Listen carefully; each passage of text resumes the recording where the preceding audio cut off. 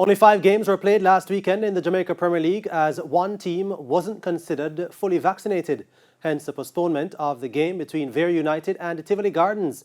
But while some coaches believe it's the right of players to be vaccinated, they are also supporting the mandate of league organisers.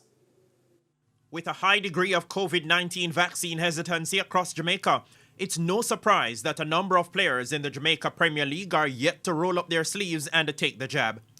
But while some players feel it's within their rights to take the vaccine, those who refused are not finding any favours with the league organisers.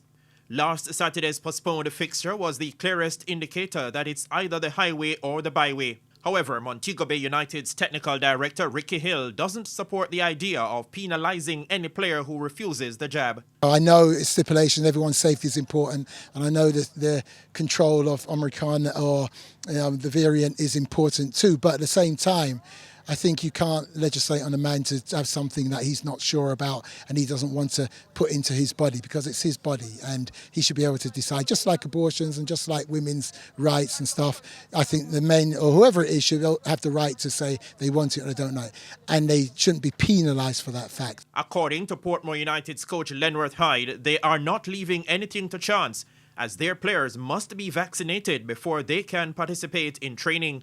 Hyde is giving the thumbs up to the organisers. I think they are doing a great job, and they must adhere to the rules and go and follow the protocol and deal with it, you know. Harbourview's coach Ludlow Bernard says they are affected by the vaccine hesitancy, with players missing as a result, but the club is fully in support of the rule. If that's the rule, then that's the rule, and it needs to be instituted. Players need to understand that they cannot be resistant to what obtains, especially when you play in a league like this, you know, so we have to conform.